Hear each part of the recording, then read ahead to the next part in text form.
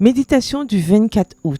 Monument. Il dit aux Israélites, lorsque demain vos fils demanderont à leur père que sont ces pierres, vous en instruirez vos fils et vous direz, Israël a traversé ce Jourdain à sec. Josué 4, versets 21 à 22. J'imagine des enfants demandant à leurs parents qu'est-ce que c'est que ce monument de 12 pierres et les parents leur racontant l'histoire prodigieuse de la traversée du Jourdain. Dieu n'aime pas que nous oublions ces prodiges ou que nous taisions ces miracles. Ceux d'entre nous qui ont traversé le fleuve à pied sec et expérimenté la puissance de Dieu ont aussi 12 pierres pour faire un monument. Qu'en faites-vous? Les autres les voient-elles ou les avez-vous cachées? Donnons-leur des noms: sagesse, force, patience, foi, espérance, prudence, intégrité, résilience, excellence, pardon, gratitude, loyauté. Peut-être que vos pierres portent d'autres noms, mais l'important est de savoir si vous racontez au monde votre prodigieuse histoire ou non. Luther B. Bridges était un jeune prédicateur passionné. Un jour, il s'est rendu avec sa famille chez ses beaux-parents, où il devait donner une série de conférences. Ce jour-là, tout n'était que rire et joie dans la famille. À la tombée de la nuit, tout le monde s'est endormi, mais la tragédie guettait. En un instant, la maison était la proie des flammes. Les efforts d'un voisin venu les aider n'ont pas suffi. La femme et les 3 enfants de Luther sont morts. C'est au milieu de ce terrible deuil qu'il a composé le cantique « He keeps me singing » et il me permet de continuer à chanter.